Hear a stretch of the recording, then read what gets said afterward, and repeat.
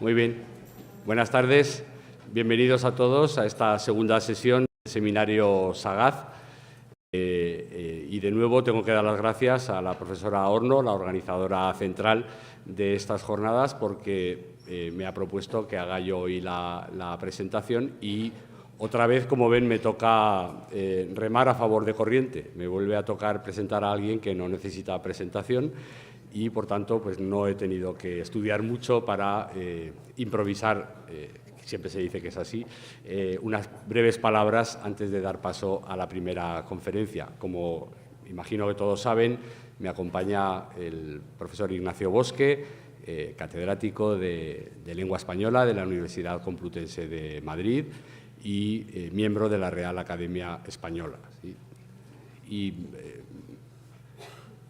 me voy a centrar únicamente en unas pinceladas que adornen este acto, porque es una persona, como decía, sobradamente conocida, y quiero aprovechar esta ocasión para recordar, para admitir, sí, que todos los que estudiamos, los que nos dedicamos al estudio de la gramática del español y a la enseñanza de la gramática del español, tenemos una enorme deuda con la persona que hoy nos acompaña. Y me atrevería a decir que no solamente los que estudiamos y enseñamos gramática, sino que todos los hablantes del español de cualquier país del mundo tienen una inmensa deuda con Ignacio Bosque. Ha prestado un enorme servicio al estudio, al conocimiento y a la modernización de la enseñanza de la gramática del español y obviamente eso es suficiente aval para que, eso ya es una opinión personal, pueda afirmar que, con permiso de don Andrés Bello, para mí es el mejor gramático del español de la historia. Incluyendo, pues, a los muertos en esta ocasión también. Sus servicios se han producido en dos ámbitos fundamentales: el de la investigación, donde ha sido un referente para toda una generación de lingüistas españoles, hispanoamericanos, y tanto a través de obras individuales como, sobre todo, de obras que ha coordinado, colectivas, aunque en todas ellas ha dejado su claro sello, pues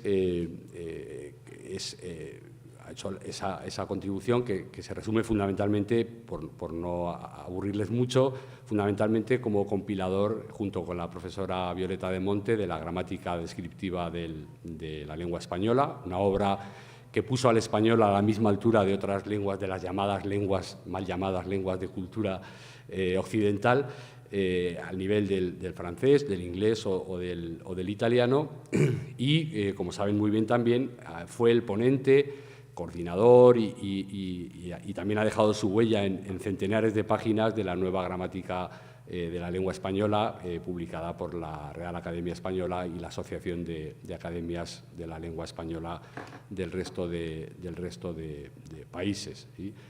Y además, prácticamente a pedales, también es el autor de otra obra inabarcable, que es el diccionario Redes, ¿sí? En ese diccionario se aproxima a la textura fina del conocimiento del idioma, ¿sí? Todos sabemos que los adjetivos modifican a los nombres, que los adverbios modifican a los verbos, pero él se cuestiona y se pregunta qué nombres a qué adjetivos, qué adjetivos a qué nombres y qué adverbios a qué verbos. Y eso es una pregunta interesante y, insisto, es una obra enorme de extensión, de complejidad, de profundidad, y es otro de sus grandes legados, ¿sí? Y no quiero dejar de señalar, claro está, su contribución a vamos a llamarlo así, la divulgación o el mejoramiento, la modernización de la enseñanza de la gramática, ¿sí? Son legendarios sus libros de problemas gramaticales, con los que todos hemos estudiado, y también su monografía, de una enorme influencia también, titulada Las categorías gramaticales, ¿sí? Una introducción no a la lengua española, sino a la teoría de la gramática en general, una obra fundamental. Y les voy a dejar ya, además, es un excelente comunicador, una persona, a pesar de todo lo que he dicho, humilde, accesible, risueña, ¿sí? Y un excelente comunicador, de los que te hacen sentirte más sabio cuando terminas de escucharlo, que es algo que caracteriza a los grandes oradores. Tienes la palabra. Muchas gracias, José Luis. Muchas gracias. Ya saben ustedes que no hay que hacer nunca caso de los elogios que vienen de los amigos, y este es un caso evidente. Bueno, en primer lugar, muchísimas gracias a la DGA, muchas gracias a Mamen por haberme invitado, es un verdadero placer estar aquí. Ha sido mala suerte porque estoy bastante resfriado, tengo mala voz, voy a beber agua todo el tiempo, Mamen me ha dejado unas pastillas aquí, bueno, espero aguantar los 45 minutos que me han dicho que tengo que hablar, porque hoy hay 3 sesiones, saben ustedes que hay 3 conferencias, no quiero pasarme, de modo que, por favor, Mamen, avísame cuando falten 5 minutos, yo tengo diapositivas para más tiempo, me temo, de modo que saltaré las que tenga que saltarme e iré directamente al final. Pues sí, estoy trabajando desde hace unos años en la enseñanza de la gramática, me interesa mucho en los niveles universitarios y no universitarios, en particular en secundaria y bachillerato. Y quiero aprovechar esta ocasión para decirles que acabamos de sacar en la academia este libro que se llama Glosario de términos gramaticales, dirigido a ustedes, dirigido a los docentes de secundaria y de bachillerato, bueno, de España y de todos los países hispanohablantes. Es un libro en el que tratamos de definir cada término, distinguirlo de los vecinos de manera pedagógica, con muchos ejemplos, con cuadros, tablas, esquemas. Es una obra que nos ha llevado 6 años, en la que hemos trabajado mucho. Yo creo que puede ser útil. Cada uno deberá adaptarla a sus necesidades en función de sus alumnos y del nivel docente. Pero bueno, el tema de esta charla no es este libro, es la forma de enseñar gramática, las actitudes y las estrategias y, como aquí dice, los malentendidos. Voy a empezar hablando de lo que no voy a hablar. Esta conferencia no trata en primer lugar de cómo ayudarles a ustedes a que sus estudiantes superen el examen de selectividad. Para eso hablen con Mamen. Es más, sigan estrictamente las directrices de Mamen, háganle caso en todo. Yo me temo que no tengo nada que decir sobre este punto. Tampoco voy a hablar de norma, no voy a hablar de llamado uso instrumental de la lengua, ese no es el objetivo. Voy a dar, por supuesto, que los jóvenes han de aprender a leer y a escribir con fluidez, que tienen que aprender a ampliar progresivamente el vocabulario, que han de adecuar los usos lingüísticos a los registros que les corresponden y distinguir usos correctos e incorrectos en la gramática y en el léxico. Esto se da por sabido, es así, es evidente y es lo fundamental. Yo voy a intentar ir un poquito más allá y hablar de la forma en que se suele explicar la gramática, es decir, morfología y sintaxis en secundaria y bachillerato. Voy a hablar un poco del diagnóstico de lo que, en mi opinión particular, falla en dicha enseñanza y a uno de los posibles remedios que podríamos aplicar para solucionar esta situación. Esta conferencia tiene un título doble, Estrategias y malentendidos. Voy a empezar a hablar de los malentendidos y la razón es la siguiente: los malentendidos facilitan el diagnóstico. Después voy a hablar de las estrategias, porque las estrategias apuntan a las soluciones. O sea que, a pesar de que el título es Estrategias y malentendidos, yo voy a hablar de malentendidos y estrategias. Hay muchos malentendidos y yo solo voy a hablar de 3 porque esta es una conferencia breve. Estrategias hay muchas y también voy a hablar de 3 únicamente porque bueno, tengo 45 minutos y no quiero sobrepasarlos. El primer malentendido es la idea que está por todas partes transmitida una y otra vez de que hemos de mirar el lenguaje como un instrumento que hay que intentar aprender a usar, en lugar de como un sistema que tenemos que aprender a conocer. Esta idea está por todas partes. Las metáforas nunca son inocentes, las metáforas están cargadas. Cuando decimos que el idioma es un instrumento, es una herramienta, a veces se dice que es un vehículo que sirve para llevarnos a cierto lugar. Indirectamente estamos diciendo que está fuera de nosotros, por la sencilla razón de que todo instrumento está fuera del usuario. Todo instrumento está siempre fuera del usuario, es externo. Estamos dando a entender, lo queramos o no, que no forma parte de nuestra naturaleza y estamos dando a entender que debe ser regulado por alguna institución externa, pues como el sistema de tráfico, el que ustedes quieran. Se han alzado varias voces en contra de esta idea, no muchas, pero algunas muy interesantes, y yo destaco en particular la de Yvonne Bordelois, una escritora lingüista argentina que ha insistido en la idea de que hay algo extraño en concebir el lenguaje como un instrumento que hemos de aprender a usar. Les voy a copiar un párrafo de una cita de Yvonne Bordelois. Dice así: el lenguaje no está para ser usado, no usamos la respiración, no usamos la circulación de la sangre, tampoco usamos el lenguaje. El lenguaje está para ser incorporado, para ser vivido, para ser escuchado y para ser entendido. Yo creo que no es esto lo que hacemos todos los días en la clase de lengua, me parece que no. Y lo que Ivonne trata de transmitir es esta otra idea, la idea de que no somos usuarios de nuestra propia naturaleza. Los hablantes no somos usuarios de nosotros mismos. El lenguaje no es un servicio, y como no es un servicio, no tiene usuarios. En cambio, la compañía telefónica sí tiene usuarios, porque es un servicio. Se insiste muchas veces en presentar la lengua como un instrumento de comunicación. Un instrumento de comunicación es el teléfono, es Internet. La lengua no está en esa misma lista. Es algo diferente, profundamente diferente. Cuando se insiste en presentar el lenguaje como un instrumento, como una herramienta, se da a entender que no hay nada en él que descubrir, que no hay nada ante lo que sorprenderse. ¿Cuál debe ser mi actitud ante un destornillador? Pues aprender a usarla, una llave inglesa, ante cualquier instrumento. Un destornillador no es un objeto de conocimiento. ¿Lo ven? Insisto, las metáforas nunca son inocentes. Y esta en particular no lo es. La mayor parte de los estudiantes han asimilado esa visión externa del lenguaje. ¿Sabe lo que ocurre? Que se sienten desvinculados de esa forma de ver las cosas, que no les interesa.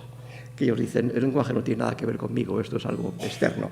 Es más, tienen tan poca relación con ellos, con su vida, como el Código de Derecho Mercantil. Está ahí afuera, no tiene nada que ver con ellos. Yo he pensado muchas veces, ¿por qué a los estudiantes no les gusta la gramática?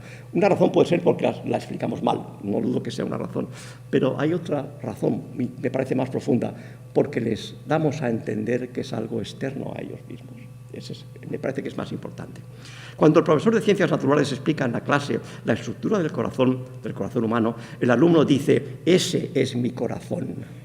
Pero cuando el profesor de lengua explica en clase la estructura de las subordinadas sustantivas, el alumno no dice, esas son mis subordinadas sustantivas. No. El alumno dice, yo no tengo subordinadas sustantivas. Las tendrá el libro, las tendrá el profesor, las tendrá la Real Academia Española. Pero yo no tengo, ¿cómo voy a tener yo subordinadas sustantivas? No. Una parte de nuestro trabajo, quizá la más importante, es hacer ver a los estudiantes que la lengua les pertenece. Es muy difícil, cuesta mucho trabajo, mucho esfuerzo, pero la lengua les pertenece. Y ellos, quieranlo o no, sí tienen subordinadas sustantivas. En los textos oficiales, yo he leído muchos textos oficiales, he leído muchos boletines oficiales, he leído currículos, he leído lo que se dice sobre la forma de enseñar lengua. Miren, aparece por todas partes, la referencia a la comunicación. Busquen referencias al significado, hay muy pocas. Busquen referencias a la relación que existe entre la forma y el significado, todavía hay menos. Es muy curioso, pero es así. La comunicación lo ocupa todo. Y bueno, yo creo que resaltar únicamente la relevancia de la comunicación cuando se analiza el lenguaje es parecido a mirar las panaderías como establecimientos en los que se vende pan. Es cierto que se vende pan, es cierto, pero antes de venderse pan, se hornea y se fabrica. Y luego si hay clientes se vende, y si no, pues mala suerte. Pero los hablantes no somos expendedores de mercancía ajena. Armamos nuestros discursos, elegimos nuestras palabras, las combinamos y creamos nuestra lengua. Y luego la transmitimos. De modo que no es cierto que las panaderías sean lugares en los que se vende pan. Se vende pan después de haberlo horneado, después de haberlo fabricado, después de haberlo hecho, creado. Creo que no transmitimos esa idea. La relación entre la forma y el sentido es absolutamente esencial cuando se hace gramática. Comunicar es el último estadio de un largo proceso. Y cuando nos fijamos en el final, omitimos esos pasos previos, esos pasos precedentes. Ese es el primer malentendido. Vamos con el segundo, pero voy a beber un poquito de agua antes. El afán nominalista. Es importante tener nombre para las cosas. Hemos hecho esto porque hay que tener nombres para las cosas. Es importante tener nombres para las cosas. El problema es que en nuestra profesión, y no tanto, quizá en menor grado que en otras, nos centramos demasiado en ese afán nominalista, el hecho de quedarnos con los nombres y no ir más allá. Como ustedes saben, el estadio identificativo, es decir, el conocimiento de las nomenclaturas, es el más elemental de todas las disciplinas. Es necesario, pero es el primer estadio. Por alguna razón que yo nunca he entendido, en nuestra disciplina lo convertimos en el último estadio. Tener un nombre para las cosas nos parece que ya equivale a entenderlas. No, no es verdad. Tener un nombre es también para identificarlas, pero no para entenderlas. Eso es un error muy importante, un error fundamental. Una vez que uno sabe identificar las piezas del ajedrez, empieza su conocimiento del ajedrez.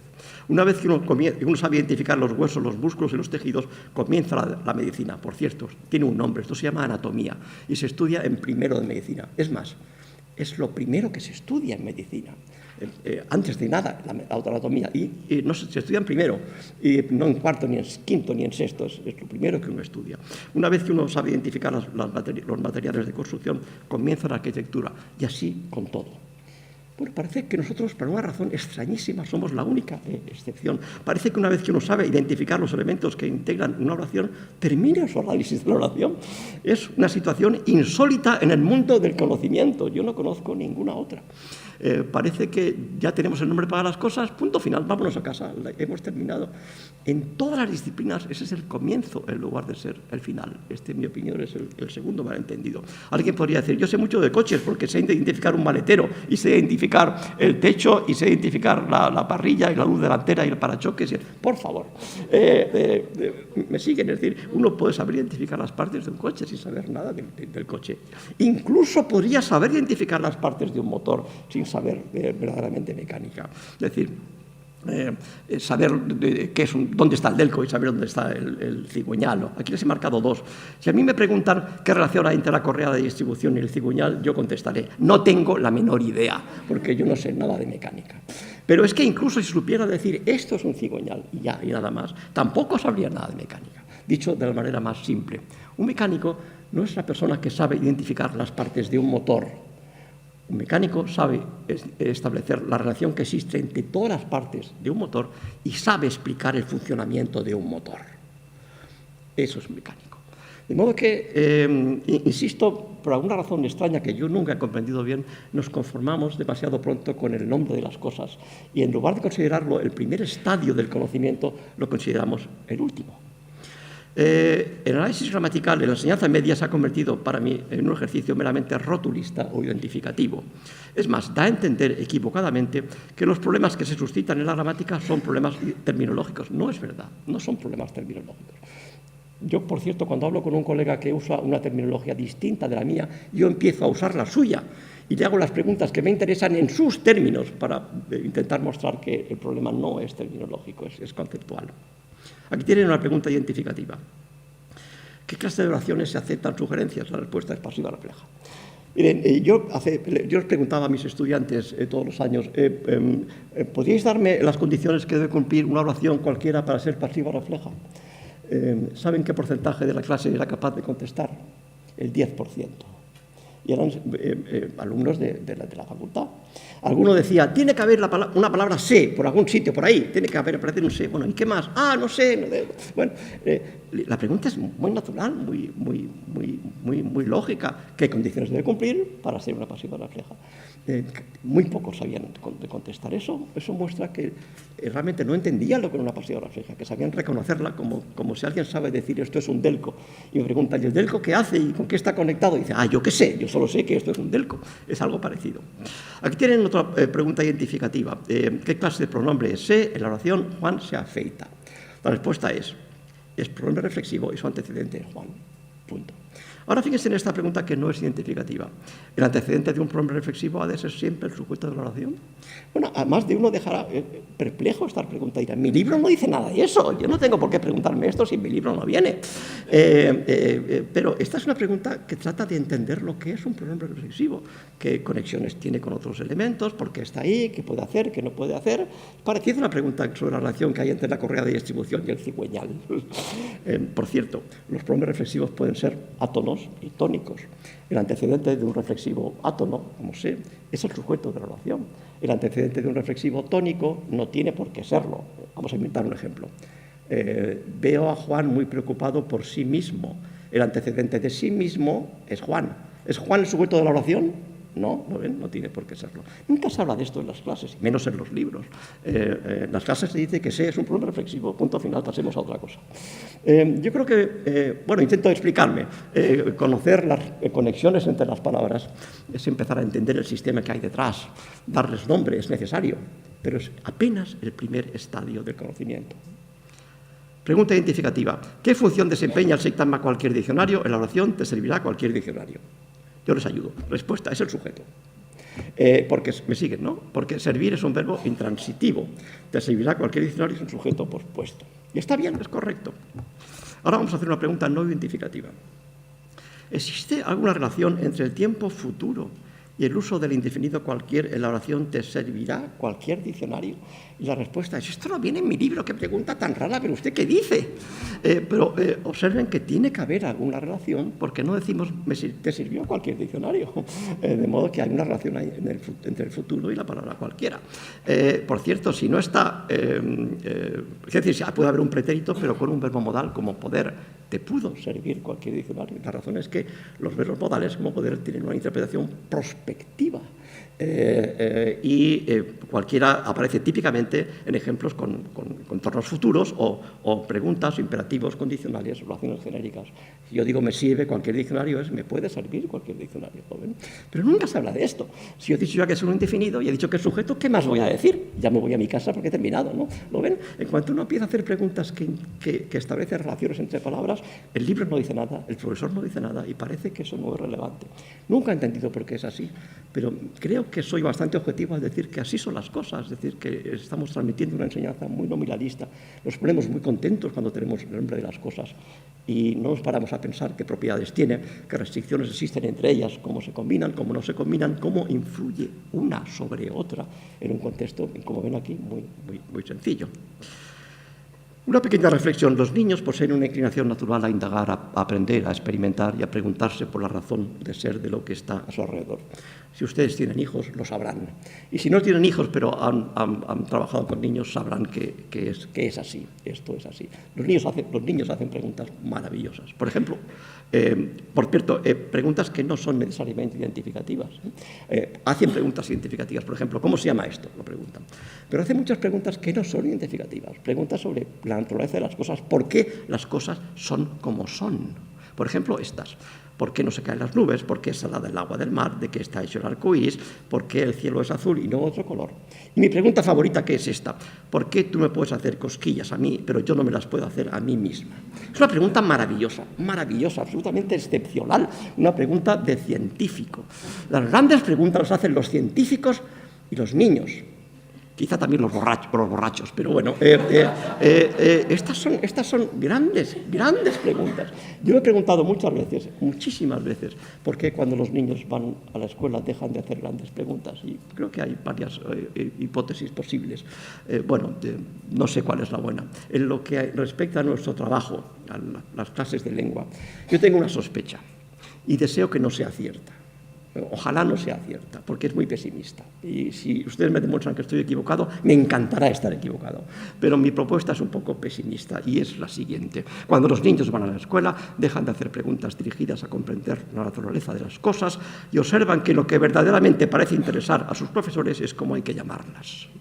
Esto no sucede en las clases de ciencias. En las clases de ciencias, los buenos profesores de ciencias, también hay malos, los buenos profesores de ciencias intentan explicar a los estudiantes por qué el mundo es como es, qué relación hay es decir, por qué las cosas se comportan como se comportan y hacen observaciones sobre lo más sencillo, lo más cercano, por qué no se caen las cosas suspendidas en el aire, es decir, sobre lo más próximo, no se limitan a dar nombres. Es más, los científicos se caracterizan por dar nombres graciosos, divertidos a muchos fenómenos. El nombre les importa poco, lo que importa es cómo funcionan las cosas, no solo qué nombres tienen. Miren, a lo mejor exagero, pero yo creo que no educamos en aquello en lo que nosotros mismos no hemos sido educados. Yo intento ser sincero, no he sido educado para simplificar y para generalizar. Yo no fui educado para aislar lo esencial dentro de lo complejo, no fui educado para detectar redundancias y contradicciones. Yo no fui educado para observar. Y cuando digo observar no me refiero a observar lo anómalo, me refiero a observar lo sorprendente y lo relevante cuando aparece dentro de lo cotidiano. Yo no fui educado para enjuiciar clasificaciones. Nadie me puso una clasificación delante y me explica por qué es contradictoria, explícame por qué B y C se solapan. Nunca. yo me la ponía delante y decían, esto entra en el examen del martes, apréndetela de memoria. Yo no fui educado para detectar conceptos huecos o poco operativos, yo no fui educado para experimentar y para diseñar experimentos, yo no fui educado para proponer explicaciones y construir hipótesis, fui educado para memorizar, para glosar, para resumir y para amplificar. No fui educado para hacer estas cosas. Por cierto, los científicos, los profesores de ciencias, intentan educar a sus alumnos en todo lo que ven ustedes en la pizarra. Y si ustedes conocen a algunos profesores de ciencias de bachillerato, sabrán que es así. Yo conozco unos cuantos y sé que lo hacen así. Ese es el segundo malentendido. El tercer malentendido es uno poco desarrollado, poco estudiado y quizá sea una obsesión particular mía. Asumimos por defecto que hay que cubrirlo todo, que hay que abarcarlo todo. Y no sé por qué es así. Asumimos por defecto que hay que, como ustedes dicen a veces, hay que dar todo el programa porque nos obligan, porque el currículum dice estas son las materias del programa y hay que darlo todo, hay que cubrir todo. Ya saben que hay dos formas de avanzar en el conocimiento, una es en extensión y otra es en profundidad. Es imposible elegir A y B a la vez, no hay más remedio Perdón, es imposible decir, voy a hacer las dos, hay que decir o bien A o bien B. Asumimos por defecto, de forma implícita y sin decirlo siempre, que la opción correcta es la A. Hay que hablar un poquito de todo, hay que abarcarlo todo. Y reflexionamos muy poco sobre si es mejor A que B. Muy poco. Asumimos que lo correcto es la A, sin más, ¿no?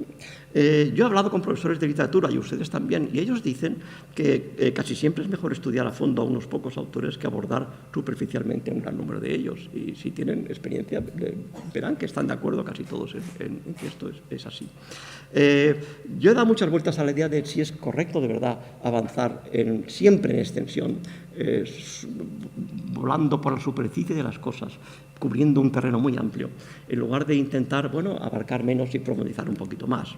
Es habitual pedir a los alumnos en la clase de lengua que analicen cualquier fragmento que aparezca ante sus ojos, sea cual sea su estructura y su complejidad. ¿Y lo damos por natural? Ah, sí, claro, como esto existe hay que analizarlo. Bueno, ¿y por qué?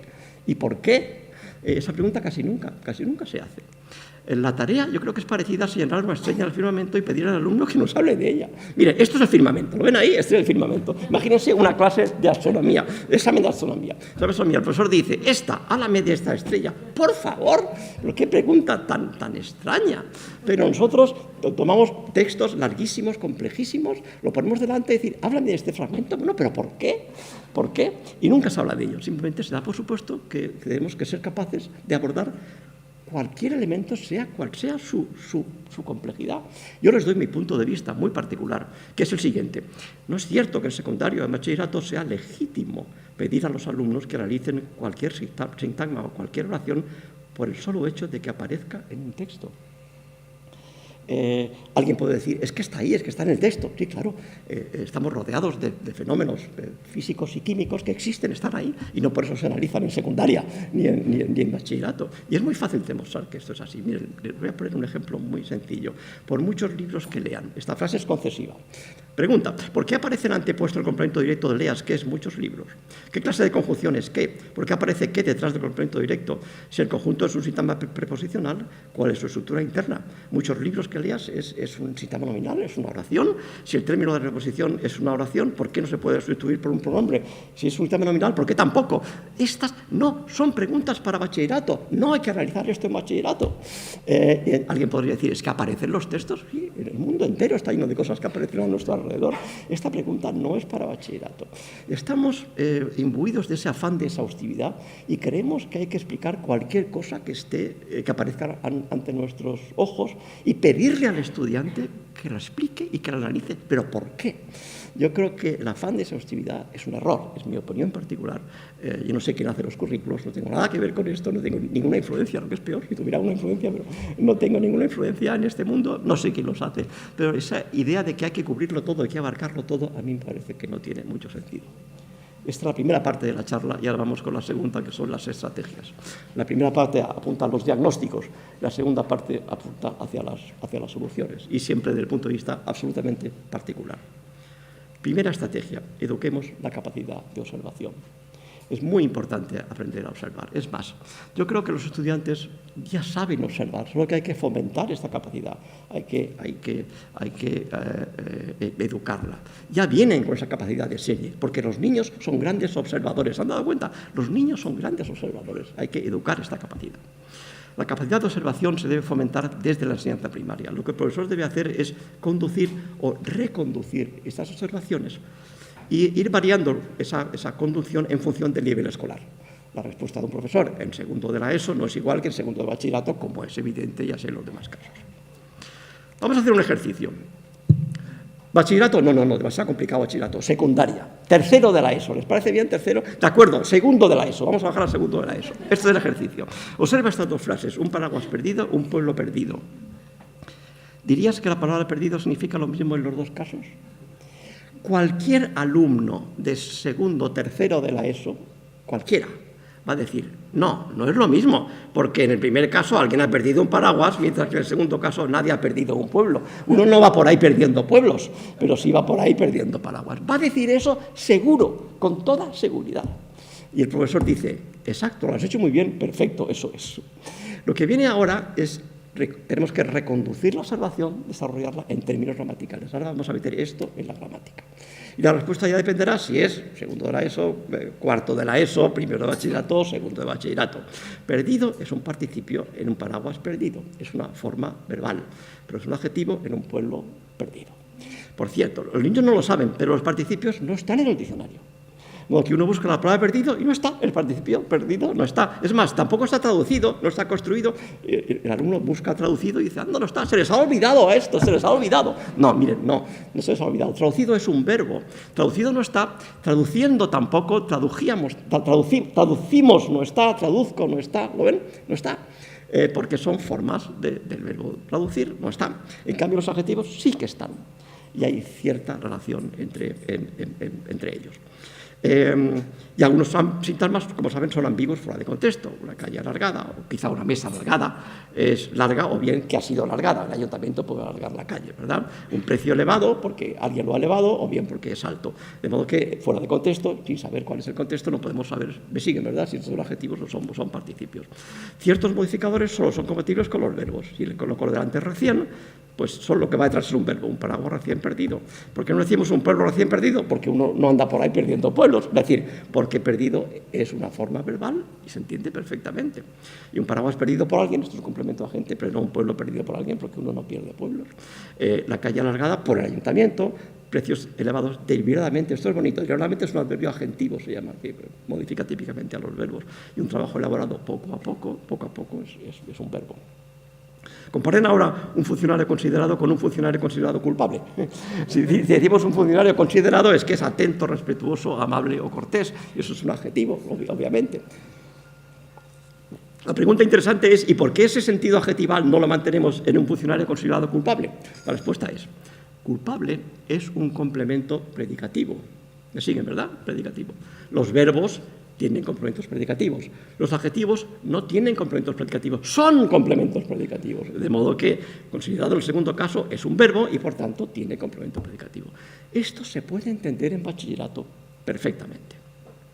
Muchos adjetivos con forma participial expresan estados que resultan de acciones, pero su significado ya no se percibe dicha acción, de modo que están en el diccionario porque hay un uso traslaticio, por así decirlo. Resumido, es el participio de resumir, pero cuando decimos un texto resumido, breve, perdemos esa capa verbal. Aislado significa suelto, individual. En casos aislados no es casos que alguien haya aislado. Y alargado lo mismo y cerrado. Fíjense que son metáforas. Mentalidad cerrada no es la mentalidad que una persona ha cerrado, sino que está cerrada, sin más. Esos son usos derivados y siempre están en el diccionario. Siempre están en el diccionario. La pregunta que viene ahora es para bachillerato, no es para secundaria. ¿Significa lo mismo la palabra cansado en estas tres frases? Un niño cansado, un rostro cansado, un trabajo cansado. No me digan que les pongo ejemplos con léxico alambicado, extraño, y con muchas subordinadas encadenadas metidas una dentro de otra, ¿sí? 3 palabras y 3 frases y nada más. un niño cansado, un rostro cansado, un trabajo cansado. Bueno, en un niño cansado la interpretación es participial, no está en el diccionario porque los participios de los verbos pronominales tampoco están en el diccionario. O sea, uno busca en el diccionario la palabra preocupado y dice no está. ¡Anda, se les ha olvidado! ¡No está! Pues no. El participio del verbo preocupado, preocuparse, no está. Y asomado tampoco está, es el participio de asomarse, es la forma participial. Un rostro cansado. Bueno, los rostros no suelen cansarse, a diferencia de las personas. Esto es semántica o es sintaxis, es las dos cosas a la vez, porque la gramática siempre es las dos cosas a la vez. ¿Qué significa entonces cansado en un rostro cansado? Miremos al diccionario. Anda, si estaba aquí. Cansado, esto es lo he copiado del diccionario de la Academia, que manifiesta cansancio, rostro cansado, claro. Entonces el profesor dice, bueno, esto no es un caso aislado, hay más casos en que un adjetivo es que manifiesta algo. Por ejemplo, estos acertados que denota acierto como una solución acertada, que manifiesta. Agotado es que denota o que manifiesta agotamiento, con aspecto agotado. Una profesora agotada es que posee experiencia, experimentada es que posee experiencia o que muestra experiencia o manifiesta experiencia.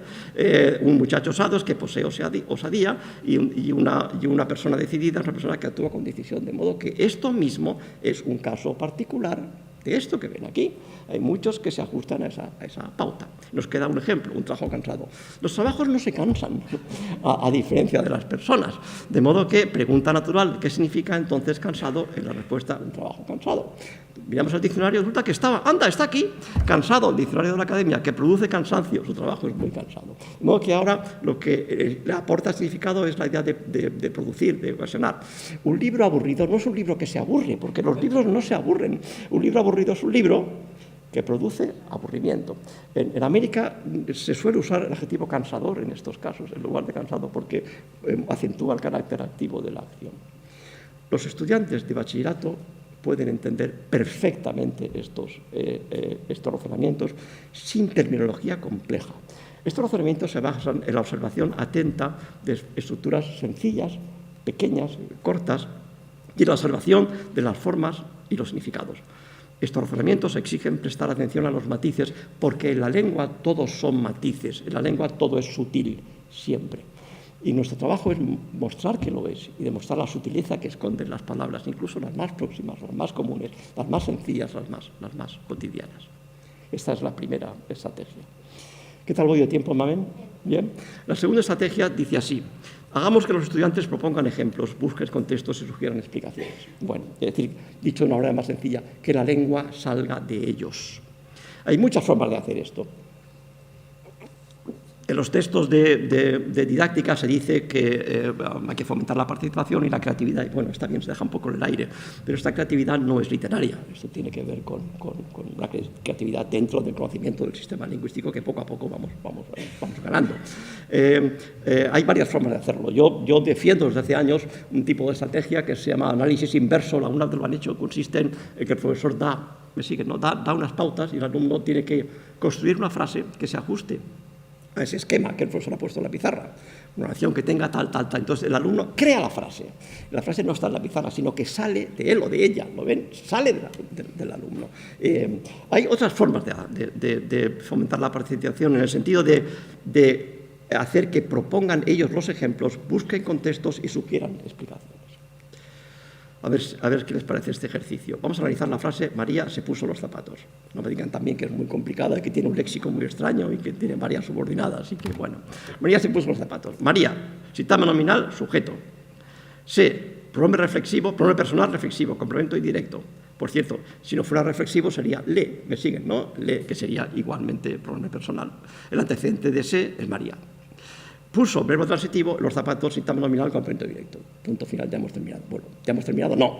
Hemos etiquetado las categorías y las funciones, ¿no? Entonces el profesor dice, todo correcto, muy bien, lo habéis hecho estupendamente. Hay que animar al estudiante siempre. ¿No? Lo habéis hecho muy bien, estupendo, está magnífico, adelante. Bueno, ahora vamos a intentar un poco más allá, dice el profesor. Vamos a averiguar qué relación semántica existe entre poner y su complemento directo. Vamos a intentar hacer eso. Entonces dice el profesor, tenéis que proponer una lista con las cosas que uno puede ponerse. Y los alumnos dicen, eso está hecho, vamos allá. Dicen, unos zapatos, una bufanda, una gorra, unas gafas, un cinturón, camisa, pendientes, anillos. Lo hacen ellos. Y el profesor dice, muy bien, y ahora hacemos una lista con las cosas que uno no puede ponerse. Y los alumnos dicen, un bolso, un paraguas, un monedero, una pipa, unos prismáticos, un cigarro, una cartera y un abanico. Y entonces dice el profesor, ¿y de qué depende entonces? Cuando sí y cuando no, ¿cuáles son las generalizaciones adecuadas? Y los niños, que son inteligentes, empiezan a improvisar hipótesis. Pues puede ser esto, pues puede ser lo otro, pues y cada uno dice algo. Por ejemplo, por cierto, los conceptos de prenda, complemento y accesorio no son demasiado útiles porque son las nociones que intentamos entender. Son las nociones que tratamos de entender. Fíjense que el concepto de accesorio tiene al menos dos interpretaciones. La primera dice así, todo lo que se vende en la planta primera del Corte Inglés. Claro. Complemento, lo que se vende en la planta primera del Corte Inglés, ya está. ¿No? Bueno, eso es una interpretación comercial que no interesa porque no es lingüística. Hay una interpretación cognitiva de la noción de complemento de accesorio que está dentro del idioma, que es difícil de aprender con H intercalada en aprender. Y esa tiene consecuencias lingüísticas y no es tan evidente como pudiera parecer. Recuerden la lista, que son estas dos. Los alumnos hacen esa lista, lo hacen ellos solos, y el profesor dice, bueno, vamos a ver qué tienen en común. Lo ven, ¿no? Los de la primera lista y los de la segunda lista. Entonces nos dice, depende de que el objeto se suela usar o no para mejorar la apariencia física. Bueno, pues en parte sí, en parte no. Esta predicción es correcta para pendientes, collar, pañuelo y gafas, y no es tan correcta para sonotone o para cinturón o para gafas. No exactamente. Puede que sí, puede que no. Y otros van a decir, depende de que el objeto esté o no en contacto con una parte del cuerpo. Y la predicción es correcta para zapatos, reloj, camisa. Me siguen, ¿no? Pendientes, gorro. Pero es incorrecta para pipa, prismático. Uno se pone en la cartera, no se pone. Y es muy evidente que no. Además, todos dicen, no, aquí no. Y aquí sí, aquí no. Y la pregunta del profesor es, ¿por qué? ¿Qué factor interviene? Fíjense que están en contacto esos elementos, pero rechazan poner los prismáticos, la pipa. Otros van a decir, depende de que el objeto esté o no sujeto al cuerpo de manera relativamente firme. Y esto está bastante bien. Pendientes, sonotone, pantalones, sombrero, excluye correctamente paraguas y los prismáticos. Uno no se pone el paraguas. Bueno, es que se vende en la planta primera del Corte Inglés, no, da igual, es un complemento, pero uno no se pone el paraguas. Y el monóculo y el cigarro, que está sujeto entre los labios, de modo que sujeto está. Bueno, lo que quiero decirle, hay una profesora de mi departamento que se llama Usi Barrios, que ha estudiado esto. Ella dice que la expresión ponerse una mochila puede ser o no adecuada en función de que la mochila se considere o no parte de cierto equipamiento. De modo que en función de que la consideremos o no el objeto parte de ese equipamiento, puede estar bien o puede no estar bien. Lo que quiero decir con todo esto es que primero no es sencillo determinar qué es exactamente una prenda, un accesorio o un complemento desde el punto de vista lingüístico, no desde el punto de vista del Corte Inglés, que es mucho más sencillo. Existen varios criterios cuyo rendimiento se puede analizar e incorporar, pero lo que a mí me interesa ahora es lo siguiente. Los alumnos de bachillerato poseen juicios claros sobre todas estas cuestiones, tienen capacidad para avanzar hipótesis que hacen predicciones, así como para evaluarlas. Los alumnos de bachillerato pueden hacer todo esto de manera más o menos intuitiva y el profesor pone orden en sus reacciones, porque básicamente está para eso. En las clases hay alumnos que hablan otras lenguas, pues no sé, pues a lo mejor árabe, a lo mejor rumano, y estaría muy bien saber lo que sea, y a lo mejor estaría muy bien saber cómo se hace en sus lenguas. Entonces, el alumno, y qué tal, profesor, pregunta, entonces, ¿habría que decir todo esto en un análisis gramatical de la oración María se puso los zapatos? Bueno, vamos a ver. Las preguntas relevantes en cualquier dominio del conocimiento son las preguntas que nos ayudan a comprender. No necesariamente las preguntas que estamos obligados a hacernos, porque lo dice así el currículum. De modo que aquí depende cada uno de qué pregunta quiera contestar. Esta es la segunda estrategia. ¿Voy bien de tiempo, Mamen? Sí, bien, vale. Bueno, era un ejercicio sencillo a partir de que trataba de fomentar la participación de los alumnos. Insisto que a mí me parece muy importante que ellos propongan ejemplos, no solo que esperan que el profesor coloque en la pizarra los ejemplos y ellos vayan etiquetando. El otro ejercicio que nos vamos a hacer hoy es el de construir ejemplos que cumplan ciertas condiciones. La tercera y última estrategia, y lo voy a dejar aquí, a pesar de que hay más malentendidos, la lista de malentendidos es más larga y la lista de estrategias es también más larga. Dice así, favorezcamos la actitud indagadora en lugar de la actitud reglamentista. Voy a explicar un poco la diferencia entre una y otra. La actitud Pero, por cierto, todos tenemos actitud reglamentista ante ciertas cosas, ciertas tareas de la vida, las que no nos interesan, las que nos imponen, las tareas burocráticas. Por ejemplo, cuando uno va a un hotel, tiene que hacer una fichita, rellenar ciertas cosas y a ver si me quito esto de en medio porque no me interesa nada. O cuando uno está han viajado a otro país, tiene que hacer ¿cómo se dice? Un formulario de entrada, poner el nombre, la dirección, el número del pasaporte, tal. A ver si me quito esto de en medio, no me interesa nada. Las instancias, la burocracia. La actitud reglamentista es la que tenemos ante las tareas que no tenemos más remedio que realizar porque nos las imponen por alguna razón. La actitud indagadora es la que nosotros ponemos en las cosas que nos interesan verdaderamente, la actitud que nos lleva a comprender. Aquí tienen preguntas. Ejemplos de actitud indagadora. ¿Cómo podría yo deducir el significado de esta frase a partir de su forma?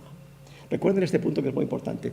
Si en una frase hemos analizado la forma, hemos etiquetado categorías y funciones, pero no hemos analizado lo que significa, no hemos analizado esa frase en absoluto, la hemos etiquetado nada más. De modo que el análisis del significado de una frase es parte esencial del análisis gramatical, ¿no? Segundo ejemplo, ¿por qué significa esta frase lo que significa y no otra cosa distinta, ¿no? Y el último ejemplo es, ¿está este elemento inducido o pedido por algún otro? Antes hemos visto un ejemplo con cualquier, ¿recuerdan? Cualquier estaba inducido por un futuro, ¿no? Estos son ejemplos de preguntas que muestran la actitud indagadora. Ahora ejemplos de pregunta que muestran la actitud reglamentista. ¿Qué tengo que poner yo cuando aparece un infinitivo? Esa es la pregunta, ¿no? Otra pregunta es, ¿la letra pequeña entra para el examen del martes? Otra pregunta es esa, ¿no? ¿Qué voy a decir yo si ya he dicho que es un sustantivo nominal y que es un sujeto? ¿Qué más quiere que le diga? ¿Qué más quiere que le ponga? ¿Por qué de hacerme yo preguntas que el libro no me pide que me haga? Estos son ejemplos de actitud reglamentista. Bueno, vamos a ver, yo sé que todos dependemos de lo que nos piden que hagamos, que hay un currículum que está ahí, que nosotros no hemos elegido, creo que me explico, ¿no? Ello no tiene que seguir ciertas directrices porque hay inspectores que van a los centros y no hace falta que les dé los detalles. Es decir, uno no puede hacer lo que quiere en las clases, tiene que hacer lo que le piden que hagan, y eso es así, de modo que esto no es una crítica para nadie en absoluto. Todos hacemos lo que no tenemos más remedio que hacer. Esto es una reflexión sobre nuestra actitud hacia la lengua. Vamos a analizar esta frase. La niña me sonrió. De nuevo, léxico poco alambicado, pocas subordinadas, y no parece que esto sea que aquí haya ahí una estructura muy compleja. La niña, sintagma nominal, sujeto, pronombre personal, complemento indirecto, sonrió, verbo intransitivo, tercera persona del pretérito perfecto simple de sonreír. Todo correcto, perfecto. Si el niño dice eso, le decimos, perfecto, lo has hecho muy bien, estupendamente, adelante, ya vamos a ir un poquito más allá. Hemos identificado los componentes de esta oración, ya los tenemos ya más correctamente identificados porque todo lo que he dicho es correcto. Y ahora podemos hacernos preguntas sobre su significado. Esta pregunta que les voy a hacer ahora es rara, pero a mí me parece que es relevante. Y es, ¿por qué aparece aquí un complemento indirecto? ¿Por qué el verbo sonreír tiene complemento indirecto? ¿Es que uno puede poner un complemento indirecto y quitarlo cuando le parezca bien en cualquier frase? No, obviamente no. Los complementos indirectos suelen ser de dos tipos, los que llamamos argumentales, típicamente con verbos de transferencia, como me siguen, ¿no? Dar algo a alguien, o con verbos de relación emocional, me preocupa, me molesta. Y los otros son dativos éticos, dativos simpatéticos, eso es lo que hay, ¿verdad? Esto es lo que hay. Entonces, ¿este es argumental o no es argumental? Pues no sabemos, no está muy claro. No es de transferencia, no es de sentimiento, y parece que es complemento argumental, pero no está muy claro que esto sea de transferencia. Si fuera de transferencia, el diccionario definiría sonreír como verbo de transferencia, pero no lo hace. A partir de lo que significa sonrió y lo que significa me, podemos deducir lo que significa me sonrió. Vamos a mirar el diccionario. Desde ahí no pueden ver, ¿verdad? No se puede ver, yo les leo. Sonreír, intransitivo, reírse un poco o levemente y sin ruido. Lo de sin ruido está bien, pero lo de reírse un poco no está muy claro, porque sonreír no es una forma de reír. ¿Por qué han puesto reírse un poco levemente? Porque el latín es subridere. Sonreír deriva de ridere con el prefijo sub, de modo que no está claro que sonreír sea una forma de reír. Lo que quiero que vean aquí es que no aparece sonreír como verbo que tiene destinatario, de ninguna forma. Pero si decimos le sonrió, es porque falta algo como falta quizá una acepción en que se muestre que hay ciertas acciones que tienen destinatario, como acciones que en principio no son de transferencia. Y yo creo que falta algo así. Sonreír, dirigir una sonrisa. Por ejemplo, la niña me sonrió. De modo que si es dirigir una sonrisa, ya tiene destinatario y ya podemos interpretar que ese complemento indirecto, es de transferencia, claro, porque se dirige uno a alguien. Entre los verbos que designan gestos y acciones sonoras, unos tienen destinatario y otros no. Fíjense que es posible gritar o gritar a alguien, ladrar y ladrar a alguien, pero decimos bostezar, pero no bostezar a alguien, y roncar y no roncar a alguien. De modo que el diccionario no dice nada de esto, o muy poco, porque los diccionarios no reflejan, el diccionario nuestro, el de la Academia, y otros tampoco, la presencia de objeto indirecto. Dice transitivo o intransitivo. Recuerden que hay muchas formas de ser intransitivo. Puede tener objeto indirecto o no tenerlo, y cambia el significado de forma radical. Alguien podría decir, bueno, pero esto no es lexicografía. Pues sí lo es, porque la entrada de ladrar, pueden leer ahí, ladrar dice, acepción 2, amenazar sin acometer. ¿Y esto qué es? Esto es ladrar a alguien. El perro le ladró. Exactamente eso. De modo que en la entrada de ladrar dice ladrar a alguien, pero la de sonreír no dice sonreír a alguien, en realidad es lo mismo. Cuando una acción tiene destinatario es posible que cambie levemente su significado, y esto forma parte del análisis sintáctico y semántico. Lo que quiero decirles con todo esto es que el análisis de una oración simple nos lleva a observar que quizá una entrada del diccionario esté incompleta, nos lleva a notar que unos gestos poseen destinatario y otros no, que la acción, por cierto, sonreír es mover la boca de cierta manera. ¿Me siguen? Estrictamente sonreír es mover la boca de cierta manera, pero es algo más, porque la acción de sonreír tiene destinatario, la de reír no. La de reír no, que realmente no puede ser lo mismo. Nos lleva, en tercer lugar, a reflexionar sobre la noción de complemento directo argumental y sobre la forma en que se obtiene el significado de una oración a partir de las piezas que lo componen. De modo que hemos intentado ir un poquito más allá. Resumiendo, la actitud reglamentista asimila el análisis sintáctico a las actividades burocráticas o administrativas. La actitud indagadora asimila el análisis sintáctico al descubrimiento y a la búsqueda de la comprensión. Esto, insisto, no puede ser de ninguna manera una crítica, de ninguna manera.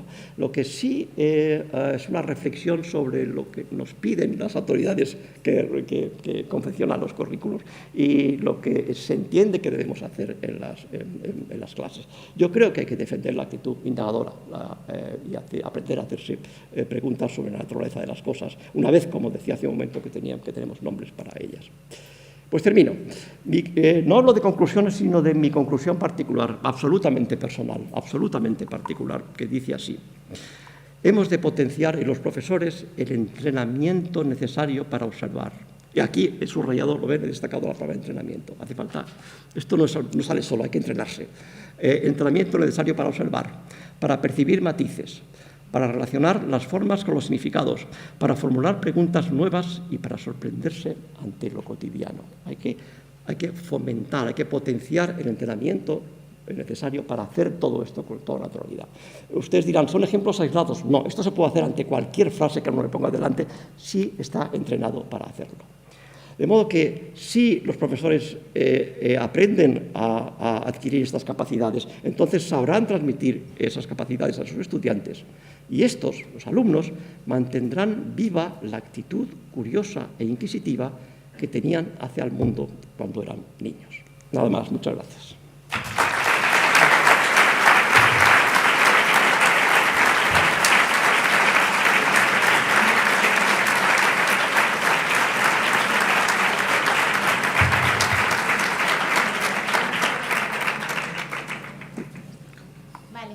Pues muchas gracias, Ignacio, por venir, por montar esto, por contárnoslo. Y tenemos unos minutos, poquitos, por si alguien quiere aprovechar que tenemos aquí a Ignacio y preguntarle algo de la charla, del glosario, lo tenemos aquí. No sé si podré volverlo a traer, o sea que...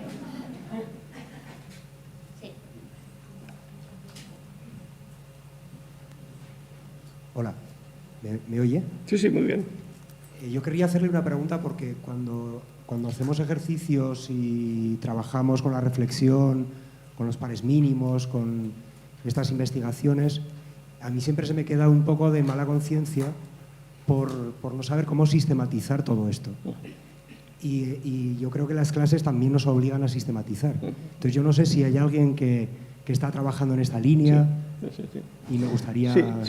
Yo sé que va a aparecer dentro de poco un libro sobre pares mínimos con 40 o 50 o 100, no sé cuántos pares mínimos analizados como recurso didáctico para que cada profesor los aproveche. Yo no lo he hecho, no he sido yo.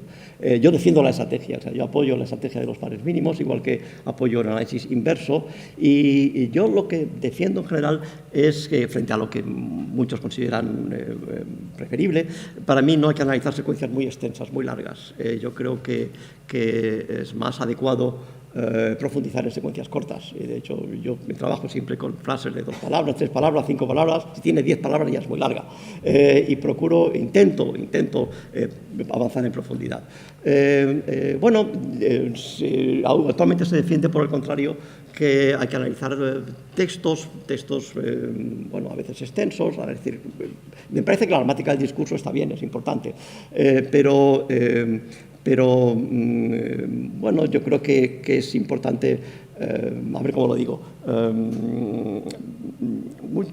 mucha gente piensa que el estudio de la pragmática debe sustituir a la gramática. Yo creo que no es así, que la pragmática forma parte de la gramática. No puede estar en su lugar. Imagínense que en arquitectura alguien dijera toda la arquitectura ha de ser urbanismo. Hombre, no, el urbanismo es importante porque las casas no están solas y porque hay que hacer parques y que vivimos en sociedad, pero hay que saber cómo se construye una casa. Si uno pone mal los cimientos en relación con la altura, se hunde. ¿Me siguen? O sea y construir una pasiva refleja requiere ciertas condiciones y si uno no las cumple sale mal. Es decir, es posible reflexionar sobre lo pequeño y sobre la relación que existe entre la forma y el sentido y luego ir avanzando. Pero la pregunta es muy pertinente, la pregunta es cómo ponemos orden en todo esto. Yo he insistido al final en que lo esencial es la formación del profesorado, lo he llamado entrenamiento. O sea, un profesor tiene que estar entrenado a observar. Uno dice, bueno, voy a hacer un cursillo y el cursillo me enseña a observar y ya sé. No es así exactamente, ¿no? Es una experiencia más larga, hace falta más tiempo, pero es esencial aprender a observar y transmitir esa capacidad para observar. Y si uno lo consigue, puede hacer observaciones detalladas, profundas, interesantes sobre el significado, sobre los matices. Insisto, en la lengua todos son matices, y transmitir a sus alumnos esa capacidad. De modo que yo no sé qué dicen los responsables educativos sobre estas cosas, los que hacen currículos, que yo no sé quiénes son, y los que hacen los contenidos que ustedes tienen que explicar. Yo entiendo que la enseñanza es esta, es intentar presentarles el idioma como algo que les pertenece y darles instrumentos para que lo entiendan mejor. Esa es mi forma de ver las cosas. Pues ¿Más preguntas? ¿Hay alguna pregunta más? ¿Hay alguna pregunta más? Y si no, pues te damos las gracias. Gracias a vosotros. Gracias.